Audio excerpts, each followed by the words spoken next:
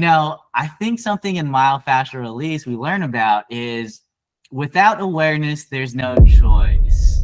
The pain of being in that burnout job was greater than my fear of stepping into the unknown. So we tried it and we weren't good at it. You said the idea is the easy part, and then you said the hard part is implementing the idea. Yes. And I want to go back and challenge that. I don't think the hardest part is implementation. Welcome so much to the Myofascial podcast, Just Jenny.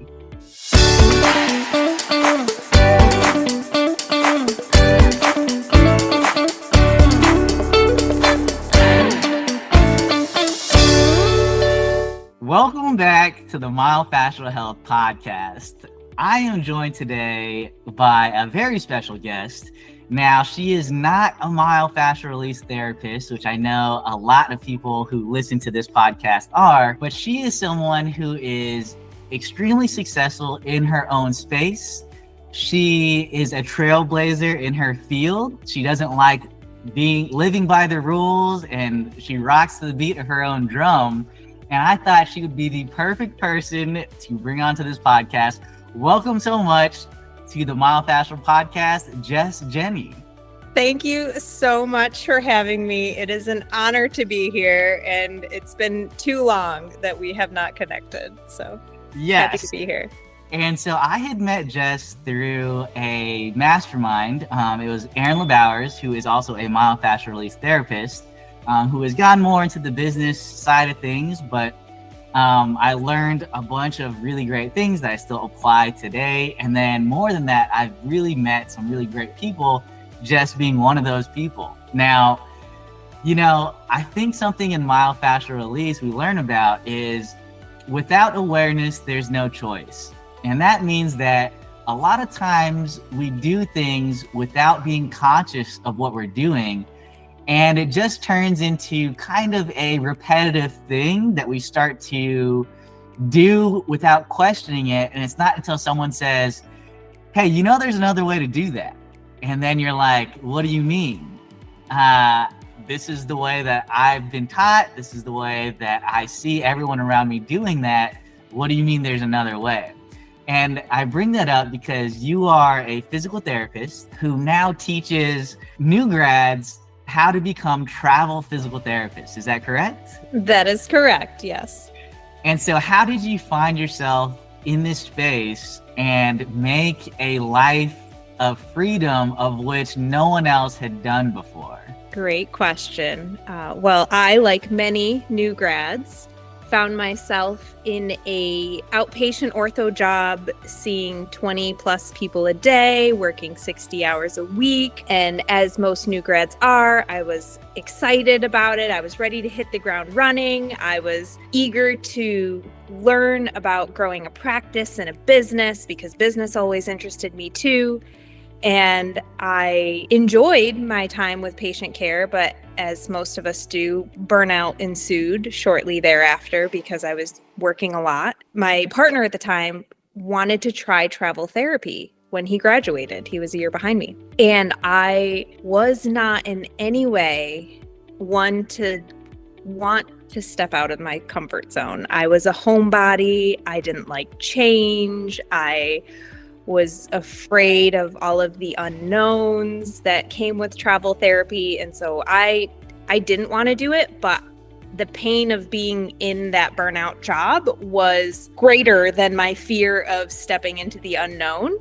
So we tried it and we weren't good at it initially, as most travelers do. And that's where all of like the fears and the myths of travel therapy come in. Like you just step into it and you don't know what to expect and you don't know what questions to ask or what recruiters to work with or how to find a good job or how to avoid the bad ones. And so we struggled initially and we made the mistakes and we weren't good at it. But the experience that I had along the way in that first job, although the job was not great, the people we met were great, the places we got to see were great, the paycheck was great, and the freedom to be able to take time off or kind of call the shots of when you wanted to work were definitely worth trying to pursue another assignment and see like, okay, maybe we can get it right the second time around. And the second time around, we'd learned from our first experience. And so we tried it. We kept going. And that second assignment, we ended up staying in that place for almost 11 months. Loved it. It was great. Home health agency. I'd never worked in home health before and continued being travelers. 3-4 assignments in, and people started asking us, other therapists started asking us questions about travel therapy. Well, how do I do it? How do I get into it? What should I avoid? This and that.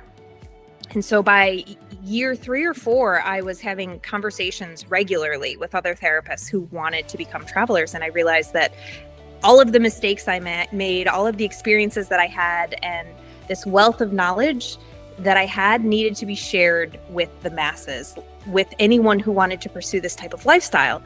And so I decided I need to write a book. Like, I need to write a book and share this information. And then I thought, Jess, it's like, what, early 2000s? I need to create a blog, right? Because that's what people did then. I need to create a blog.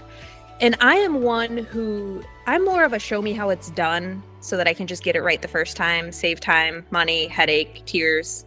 So I bought a course on how to create a blog, how to turn a blog in, how to make a blog most effective, and how to turn it into a business, basically. And so I created a blog called WanderlustPTs, where I started putting out information and serving those therapists who wanted to learn more about how to be a travel therapist. And so I did that. And that blog turned into webinars and free downloads and resources and online courses, and morphed into a side gig for me, really, as I continued to be a traveler. And until most of us have this pivot in our life, until COVID in 2020, when I lost my travel job, and almost all physical therapists that I know lost their jobs. And at that point, I said to my network of Wanderlust PTs or travel therapists that I had built, I said, guys, we can just sit around and twiddle our thumbs, or we can take matters into our own hands and start building businesses of our own. And so I pivoted at that point to start teaching other therapists everything that I had learned about blogging, email marketing, online course creation, website creation. I also had, in 2018, 2 years before the pandemic, decided that telehealth was going to be the next big thing. Like, I just couldn't wait to learn everything there was to know about telehealth. So I took Rob Beining's telehealth residency program in 2018, and I started learning about cash-based business. And so all of those things like added up together, and I decided to start empowering therapists to start their own online businesses during the pandemic, because the patients were still out there. It was just a matter of us helping them virtually. And so that transitioned for a bit into helping PTs not just be travel therapists, because that was no longer an option during COVID, but really teaching therapists that they can create a career around a lifestyle that they love, instead of just their life around a job. And so Wanderlust PTs, yes, it started as travel therapy, but it's really morphed into this bigger mission of helping PTs banish burnout and find freedom in their career, however that is to you. And for a lot of people, they start that journey in travel therapy, but I find that a lot of the travel therapists, once they're done traveling, want to make a bigger impact and help more people. And they're not comfortable leaving the 6-figure salary to go back to a regular perm job anymore. So a lot of them transition into starting their own cash-based businesses as well. So that's kind of like the journey of where I was and how I got to here. And now I'm speaking to you. A little long-winded, but hope that I love that. No, that was fantastic. I would love to unpack a lot of that, because you kind of have gone through a lot, and I think when you're first starting, let's say you're in a job that you hate, and everyone's just being like, yo, this is what a life of being a PT is like you have to do this. And you convince yourself like, okay, this is what I have to do. Whereas when I hear your story, you're like, you were a steward of your own life. You wanted to create a life in which you could live the life that you wanted. But then after figuring that part out, you built a work life or a business life to support that. And I think that is not something that's taught. I'll say that that's something that is figured out, and you've been able to kind of run with that. And so, you know, a couple of things that you had said was like, you know, you could either wait for COVID to pan out and after the dust settles, see what's there, or you could take life by the reins and steer that horse wherever you wanted to. I think I heard a quote recently that was like, if a farmer waits for the perfect weather to plant his crops, then he will never plant in his life, or the seeds will never be able to be planted. And so that just goes to show, like, conditions are never going to be perfect, right?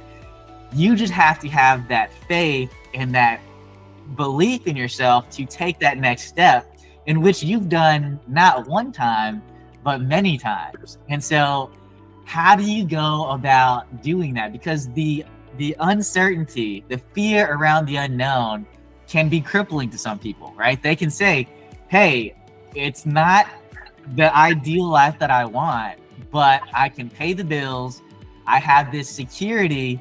And me taking this step into the unknown, where I have read statistics like 90% of businesses fail, you know, like, what was able to happen for you to take those steps?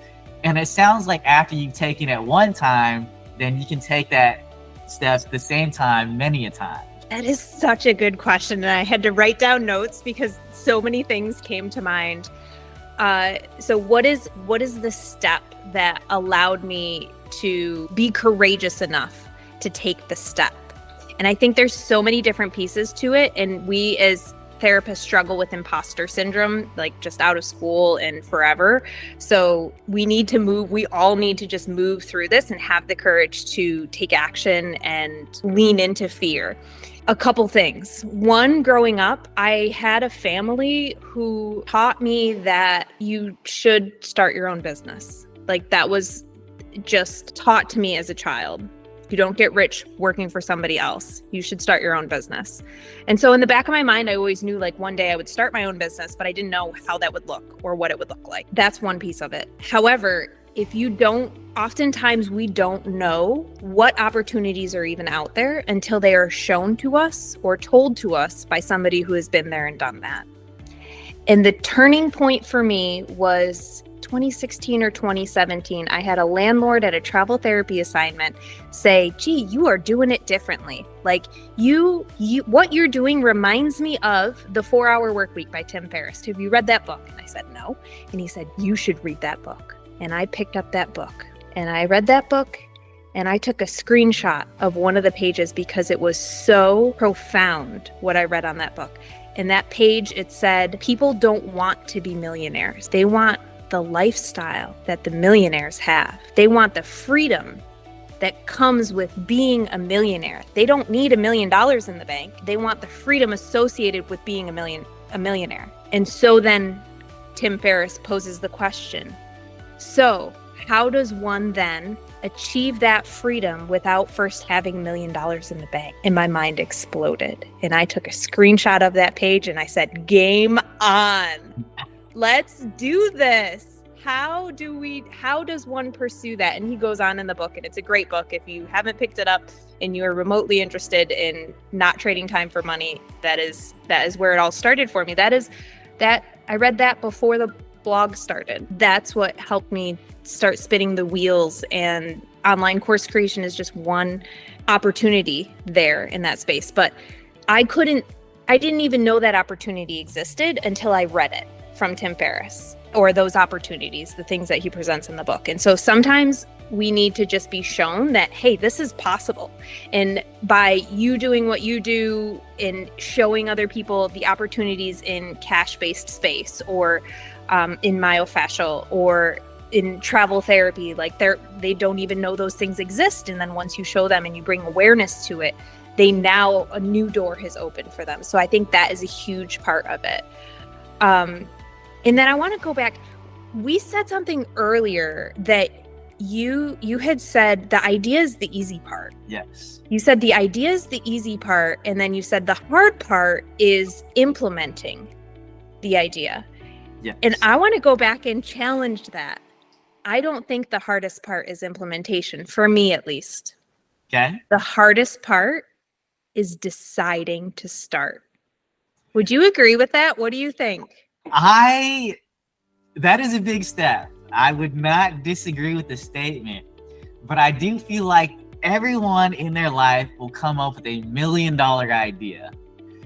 The question then becomes, well, then how come not everyone's a millionaire? And for me, it's because the idea, there's no work involved with that. And so you can have this idea, and I think that's done on purpose. Now, I don't know if you have a spiritual background or anything like that, but I am someone who has started to develop my own relationship with God.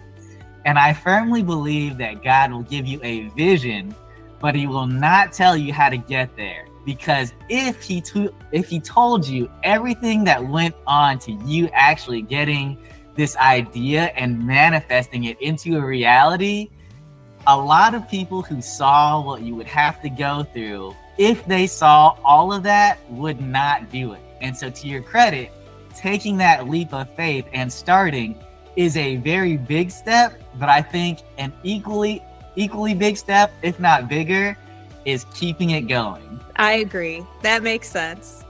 I think that first hump of getting over your fear is where it stops most people. And then the keeping going part is maybe 20%, but I don't know for a fact.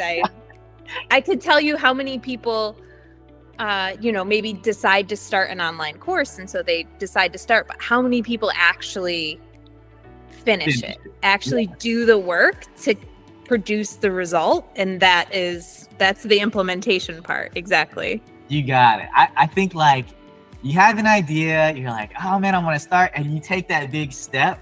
And don't get me wrong, that is a big step that not a lot of people can take. But then you get like 2 to 3 weeks of like, all this support, all this high energy. And then reality hits. So you're like, okay, this is life now, right? Like without anything building or boasting up your ego, you have to really decide like, what is it that you're doing this for? What is your own definition of success? Because there is so much work involved and sacrifice that's involved that if you don't have a strong why of like, oh, well, I just had this idea and I want to do it. It's like those crippling moments will break you. But if you're like, if I can help one person, like if part of my journey, if me going through all this sacrifice, all this work helps this one person, it will be worth it, right? You have to really connect with your own why. And that might not be your why. Your why might be like, oh, if I can make $100,000, right? That might be a monetary why. I don't know that that's going to keep you going on forever, but hey, some people are motivated by that. And I would be incorrect in thinking like finances are irrelevant, right? Because in business, how you measure the health of any business are through financial metrics. But I will say your why and your purpose for doing it should be something deeper that resonates deep within your soul. What do you have to say with that? Yes. It has to, and it's hard to find it. And we were having the conversation earlier about I thought I knew what my why was, and I verbalized it, but not until I felt it, like you said, inside of my soul, that made me be emotional about it, that I could really let it fuel me. And that's when you know you're onto something. That's when you know the world can't live without this. It needs to be me. I need to do this. Or I need to help this person. Or I'm right there with you. You need to feel it. I had talked about my why in helping therapists, but it's not until I had the reinforcement from people saying, because of you, I was able to create a business where I have the freedom to be with my family and only work 20 hours a week. Or because of you, I was able to be a travel therapist, see all corners of this country, and pay off $130,000 in 14 months. Thank you for talking me into being a travel therapist, because otherwise I was too fearful of it. So having those conversations reminds you of, oh, that's my why. That's why I do what I do, for these people and serving these people. And if I don't show up for them, then they would have a different path. What's your why? Like, what drives you? Great question. So, for being a physical therapist, the reason I got into it, and I can speak on this now because I have done my own healing work and it's become my purpose. But my story is I tore my ACL my senior year in high school, and I was a soccer player and I was trying to play in college, and that took all the wind out of my sails. And then the worst thing happened that could have happened, where I went through the grueling rehab and I stayed out for a year because that's what they said. And so I did everything that I was told to do, and I re-tore my ACL. And here's the thing, it happened 4 times total. And so I remember after the 3rd time where, super disheartened, recognizing, okay, I don't know if this is just going to be part of my identity. This is going to be something that I live with. And I remember having to speak with my parents about getting another surgery because, and this totally makes sense, but for them, they were like, what's the point of getting another surgery if none of them have worked, right?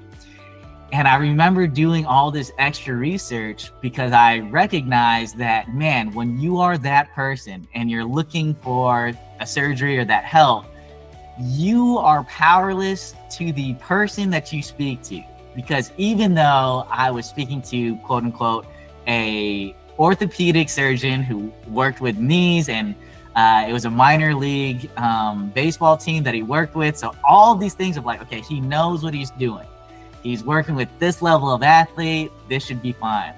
And for me to have that reality of this is re-tearing and I'm wasting years of my life trying to rehab, in addition to seeing all your friends go out and do those activities that you want to do, and you don't want to feel like a burden to them, and the sadness and the isolation that comes with that, I was able to find the right surgeon. So if anyone is on their own healing path and they're at that point where they're like, man, I'm leaning towards getting surgery, of which I would say, unless it's absolutely necessary, like you've exhausted every other option, surgery is a trauma that you cannot undo. And I'll just say that medical errors are one of the top causes of death in America. So just because a person in a white coat is saying, hey, this is what you should do, these are however many patients typically get this, do not do that unless that feels good with you. And if you are feeling pressured and rushed and, you need to get this surgery done, we have this opening right here, you got to slot in. If they're using any of those things to make you impulsive, find somebody else. And so for me, I had to do this extra research, and I came across a new surgeon. I decided to find a new surgeon and do physical therapy with somebody else. And that decision changed the trajectory of my life. So I found a surgeon that did what's called the anatomical surgery method with ACL reconstructed surgeries. And for those who are unfamiliar, your ACL is your anterior cruciate ligament. It's one of the ligaments in your knees, and it helps with pivoting and cutting, things like that. And if your surgeon is, let's say, old school, and they only believe that your ACL prevents what's called anterior translation of your tibia, meaning your shin bone moves forward, and it does not account for the internal rotation component, which you can see with every ACL tear, then your surgery is not likely to help you with high level activity or like athletic activity. And I had to learn this the hard way, because imagine the surprise I came upon when this new surgeon said, hey, we do this thing differently. We go at a wider angle and we call it the anatomical surgery method. And in my head as a kid, or as someone in my early 20s, I was like, if this is anatomically correct, then what is everybody else doing? Right? And it's like, yo, I had no idea that was it. And then I've gone to conferences where they've actually explained this And like I said, like I've been on this journey to essentially help me heal from my own injuries. And in doing so, I think I've followed my path to help others not have to go through that mistake. And so whenever I work with a patient or a client with their injuries, I carry this personal story with me, not only to empathize with what they're doing, but because I know that whomever they go to besides me can really be a shot in the dark. I give my all, and I make sure that they don't feel like they are just a number, that they don't feel listened to, heard, or seen, that I'm also asking them deeper questions that they're not asking themselves, so that I can steer them in the right direction that they need to be going for their desired result. That was beautiful. And isn't it amazing how we are in the best position to help our past selves? Like your experience, my experience as a traveler, we are helping our past self, and that's what drives us, is to be able to help people that are coming up from behind us. So for anybody out there listening who is like, maybe imposter syndrome has set in, or maybe you're like, I can't, who would want to hear from me, or who would want to hear my story? Think about who it is you would serve, or you're struggling with who it is you would serve. Think of who you were in the past and how you can help that person. 100%. Right? 100%. Yes. I think that, sometimes people ask, like, what's the meaning of life? And not to get too esoteric with this, but I feel like the meaning of life, or the reason why we're put on this earth, is to go through that human experience, and not only the highs, but especially the lows. And because I feel like I've not met one person who has never had any trauma or disappointments or obstacles that they had to go through. But if you are able to get through these things and overcome these obstacles and learn the process in which it took to get there, and you can now use this as a tool to help end somebody else's suffering, that is what I firmly believe we're all on this earth to do. And I think that resonates not only in my story, but in yours, where yours was like, you're in a burnt out job, where do you go? And even though you took that first year, that leap of faith, and it sucked, right? You talked about making a bunch of mistakes. But through that, on year 2, people are asking you, because it's not like those mistakes will never be made. Now other people are making those mistakes or having questions about them. And because you've gone through it, you can say, oh, this is how you do it. There's no more fear around the unknown. It's like, oh, you just have to plug and play this little thing, or just do this little thing here, or like speak to this recruiter or these many different recruiters.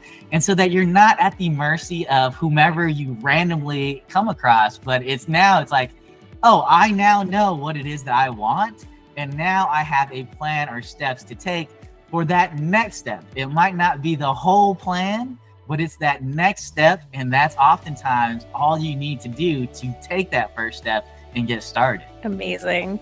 So true.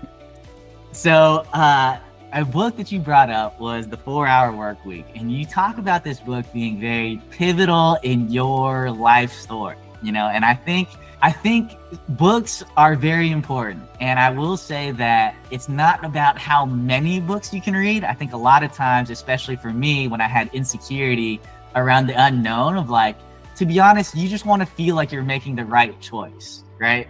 And so I was reading a bunch of different books, but I wasn't really learning the lessons.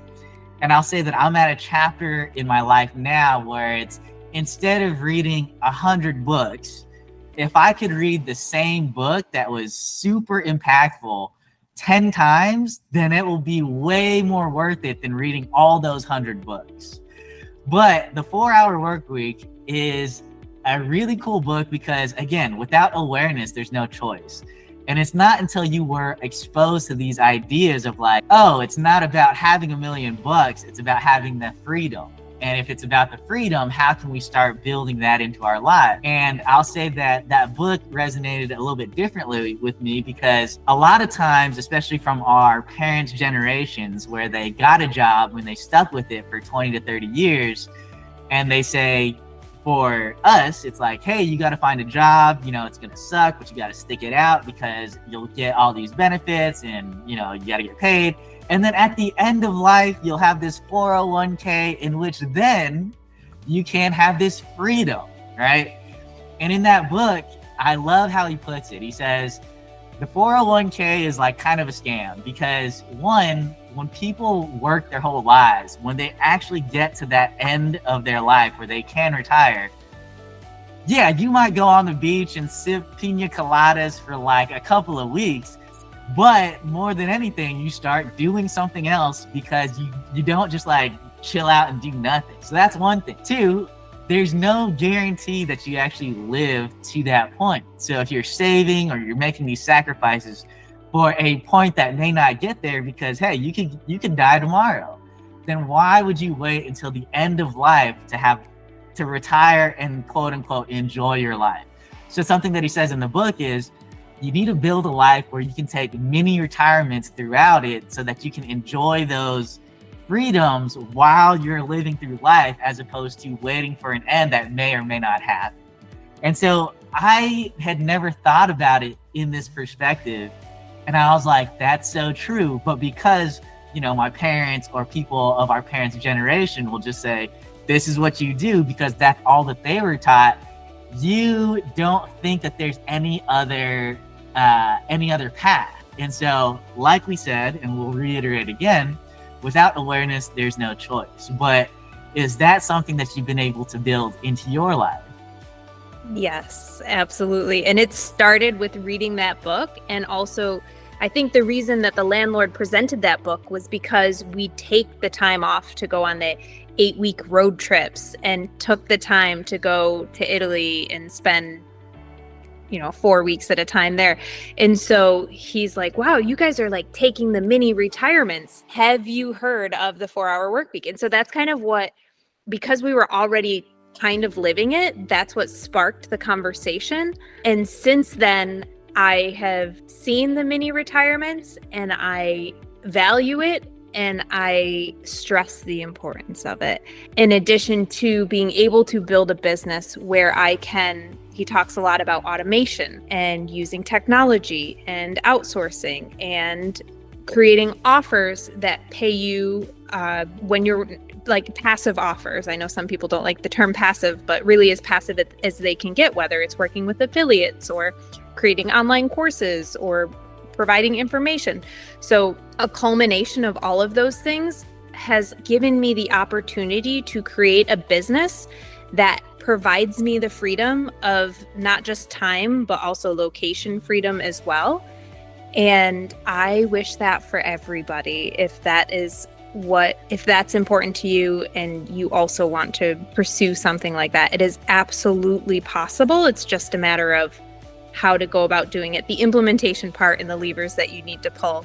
But I've been very fortunate in being able to create that type of lifestyle for myself. That's beautiful. And I'm trying to get to that place for myself. Now, a question that came up for me is, I think when you have an idea, you have multiple ideas. And so you've been able to write out maybe your biggest ones. How do you know when to stay on course or when to pivot? Oh, this is such a good question because I struggle with it. And I think any budding entrepreneur does, any serial entrepreneur does. And here's the thing, that you're going to fail. You're going to have ideas that you are so excited about and you can't wait to launch and you can't wait to pursue. And for 10 great ideas that I put into motion, one of them might be a home run, but you can't let the 9 that fail keep you from continuing to move forward. So that's one piece of it. But focus and what I would call shiny object syndrome is definitely a struggle of mine. And while I was talking to somebody about this and I was like, yeah, shiny object syndrome. And they were like, let's reframe that. Like, let's give that a different name around like just the new exciting thing right now that may or may not be where you need to focus, but if it feels right for you in that moment, go for it. But I guess the question is, and I'm all over the place here, how do you know what to focus on? Yes. How do you know what to focus on, especially when you have a business? And the first thing that I ask my clients is like, well, what's been working? Especially when it comes to financial, because a lot of people, when they're starting to get their business off of the ground, the first focus is generating money. The second, later down the road, it's, well, how do I get my time back? And that's a different conversation.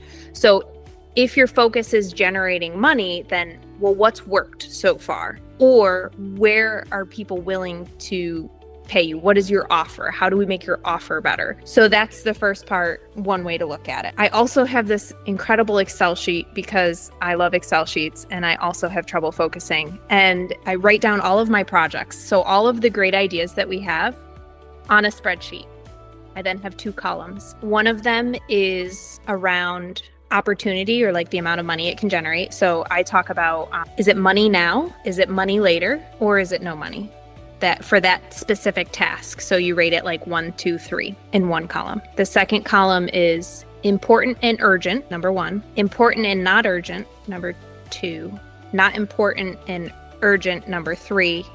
Not important, not urgent, number 4. You then can sort that Excel sheet based on those ratings and your ideas. Boom. Where should you concentrate? You now have your important, urgent, and money-making thing at the top of the Excel sheet, and that's what you should focus on right now today. I love that. I think because a lot of times I have a big convoluted to-do list, and it's like, how do I knock these out? And the ordering is a step that can be very valuable, right? By saying, hey, these are the most urgent that will make you the most money and will move boulders for you, versus like if you're just trying to push sand around, yeah, your Instagram post might look a little bit nicer, but is that really going to move the needle or get you forward to a place where you really want to be? And I can definitely see the value in you organizing your little spreadsheet there. Now, something that you said that I think is so true is that failure is part of the process. But the way that you said it, your tone of voice was actually energetic. Like, yeah, you're gonna fail, you're gonna do this, and out of 10 things that I try, one of them might work.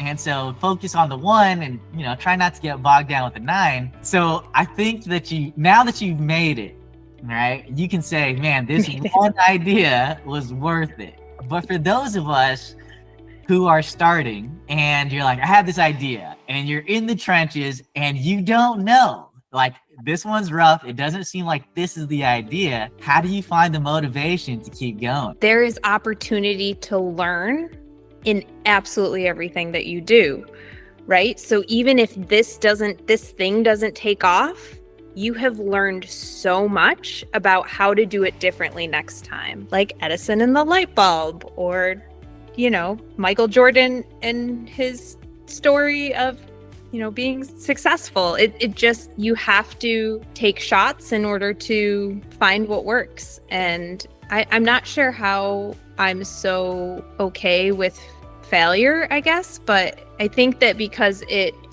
I know that it's still progress moving forward, even failure. And I think that's maybe just a way to reframe it, is like, failure's good. Like, cool, I won't do that again.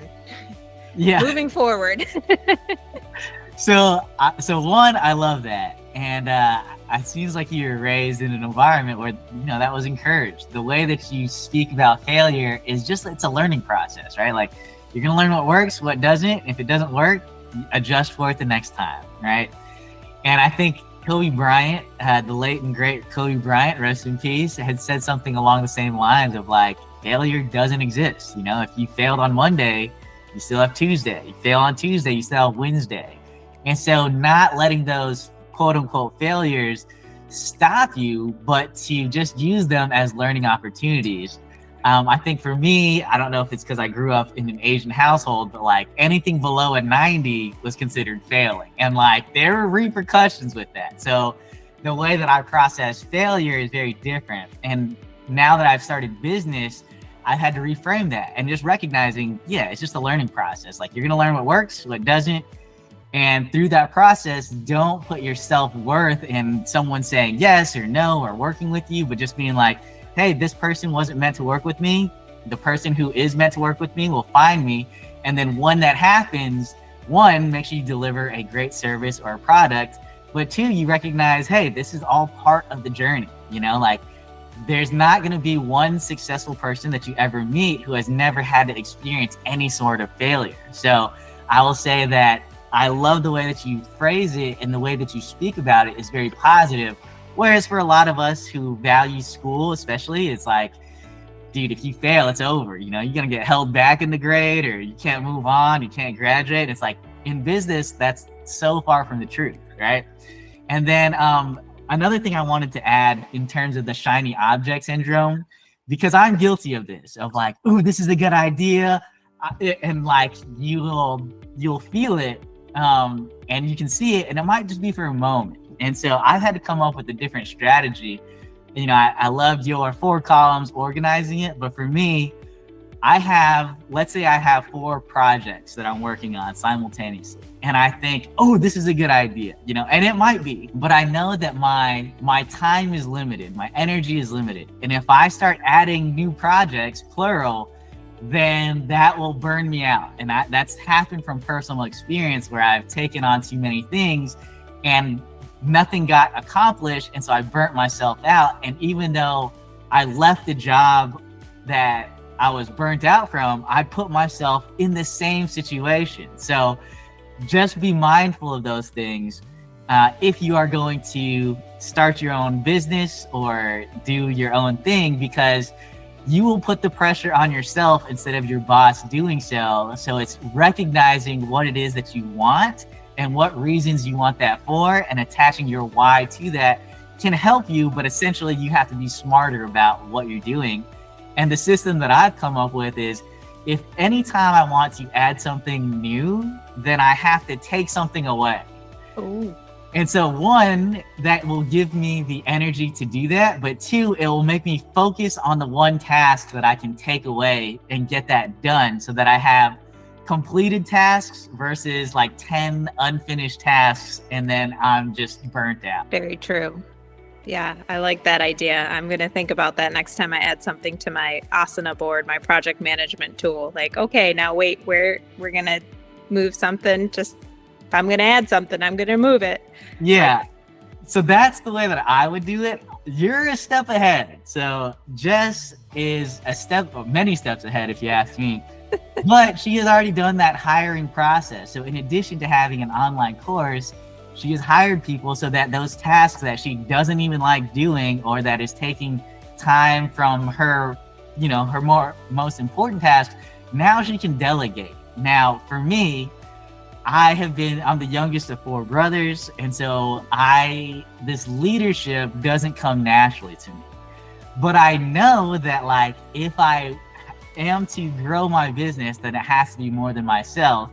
And I'm kind of in this inflection point where I can say, okay, I could hire another therapist or a front office administrator, or I can see where this online course stuff pans out, because I would just have to utilize software. And just kind of like what you had said in the 4-Hour Work Week, he talks about like automations and quote unquote passive income streams. So how do you go about making that decision? When to hire?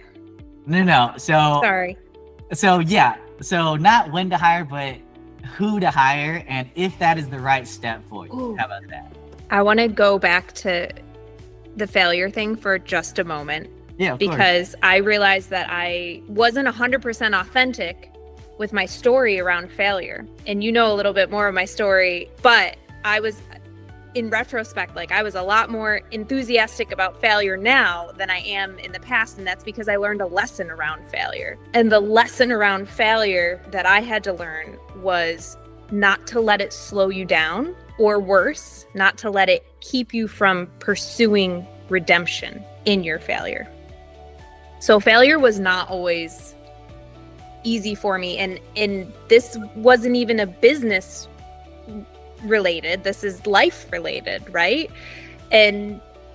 But we said before we popped on here, like business translates into life, and what did you say? How you handle business translate, like, how you do anything is how you do everything. I love that. Yeah. So how you do anything is how you do everything. Exactly. And so I want to come back to that and just reiterate, like, I wasn't always enthusiastic about failing. I also struggled in that space. And then I had to learn, don't let your failures slow you down. Acknowledge them, learn from them, move on, and don't let them keep you from continuing to pursue what it is you're searching for. One.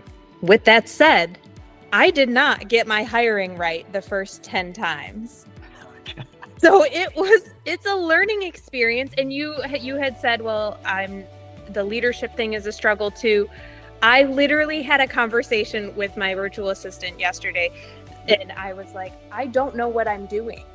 To be honest, like, we're just figuring it out. We're flying, we're building the airplane as we fly it. And it's helpful to have coaches who have been there and done that, who can guide you in that space. But when it comes down to it, like how you said, how do I, who to hire, and if that's the next right step for you. What I would do, if you're interested in learning, when is it time to outsource? How do I know what to outsource and who to outsource it to? Everything that you do in your business. Right?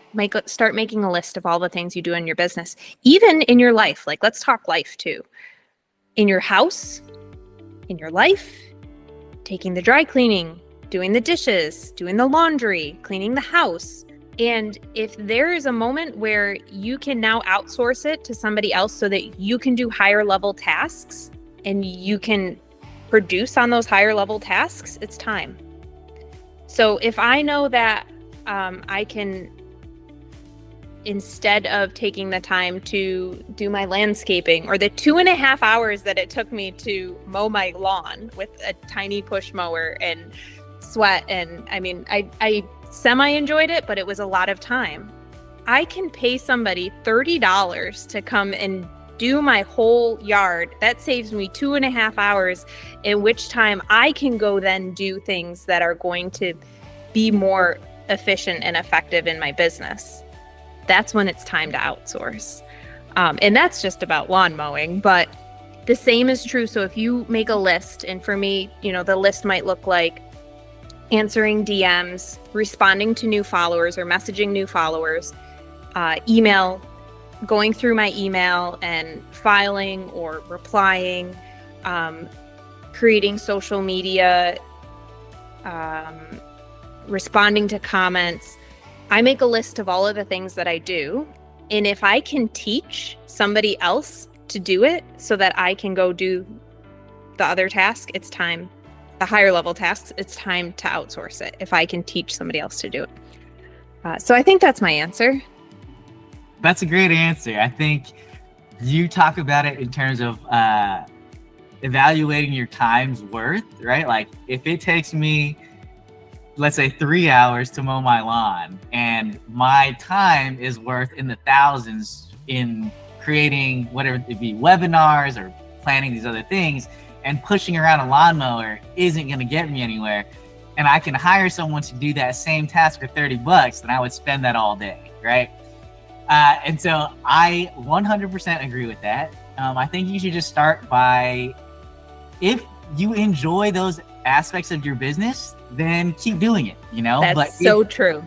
But if you get to a point where it's like, okay, I no longer enjoy this, then hiring someone to do it would be the best thing. And I'll say, for myself, I think because I have fear around it, I haven't taken that leap. But it sounds like, just like anything else in business, there's gonna be failures along the way that I am a little bit cautious about, because I think when I think about my failures, especially in the business space, it's like, okay, if this doesn't work out, then that's fine, because it only affects me. Whereas when I think about hiring, it's like, now I feel like I'm responsible for this other person. And if it's the wrong hire, or we're not a good fit, and I learn that way later, then I know that I will have to fire. And, like, not only am I thinking about the hiring, now it's like the company culture that I want to provide. in addition to that, recognizing if we're not a good fit to work together, then firing and then the repercussions that go along with that. Am I just overthinking my situation and just being like, yo, just do it and then you're going to learn from it, and that's part of it? I think all of your concerns are very legitimate. And you saying that reminded me of the weight that I felt when I did hire initially. The weight of, I am now responsible to pay this person and to make sure that I have enough work for them, they get the hours that they need, and that I can afford to pay them. So that very much is true initially. How do you navigate that? Entrepreneurs think not can I, they think how can I, right? Mm-hmm. So how can I afford this person? What do they need to do in order to pay for themselves or in order to have that return on investment? So if you have somebody answering phones for you and being able to book TBDs for you or free assessments or getting them in for evaluations, and those are tasks that you haven't had time to do anyway, if that person books, how many do they need to book in order to be a return on investment, even just to break even so that your time is freed up? Like, that's worth it, even if they just break even. So with that said, what kind of things aren't you getting to because of you don't have the time to do the task anyway? And in not doing that task, what are you losing out on? So for example, for me, I wasn't DMing my new followers and getting them on my email list or sharing my services with them. And because of that, I was losing out on that opportunity. And I know that my assistant doing that task, just doing that one thing, easily is a return on investment for me to be able to do that. So that's how I address the first concern of how can I be sure I'm going to be able to afford them. The other thing I wanted to say is hiring. How do you know if you're hiring the right person? It is hard, but there are some things that you can put into place in order to make sure that they're a good fit. And Erin has taught me the hiring automation. And basically what that is a form that they fill out, and you can tell what kind of person and how detail oriented they are based on how they fill the form out. And just that alone will help screen out some candidates that might not be a good fit based on their level of detail or understanding of the project or what you're asking them to do. So I would say that's another tip or tool or tactic that you can put into place that's going to save you the headache of interviewing 10 people that might not be a good fit, and instead run them through that automation, have it funnel out the people that didn't get it right the first time on the form and on the request of what you're asking them to do. And now you're down to 2 candidates that got your task right. And when you said, hey, do this thing and do it like this on the application. So you're sending them through an application process that also then does like a test of, hey, also do step 1, 2, and 3. And only the people who get it right and do step 1, 2, and 3 will proceed into the hiring process. So that's going to funnel out a lot of people and help you to hire the right people, at least in that area initially. Got it. So 1, I think that's smart. But 2, I'm not filled with like let me go do that. Okay, so what about the other option? So let's say I don't feel in resonance with hiring someone right now. And obviously that can change at any time. But what about if I thought, okay, well, what about online course creation? You know, is there a hiring process there, or do I just have to learn the software? How would you go in that direction? So you want to create an online course and you're not sure if it's something that you should outsource them, say building the funnels for you and things like that, or? No, so, okay, when I think about expanding my physical therapy practice, it's like I have to bring on admins and physical therapists to run that. Whereas if I do an online course, I'm just like, okay, I don't have to worry about the people. Now I just have to have the software in place. And if I can learn how to, whether it be build funnels or email lists or those parts of the online space, what's the direction I would need to go to get that set up?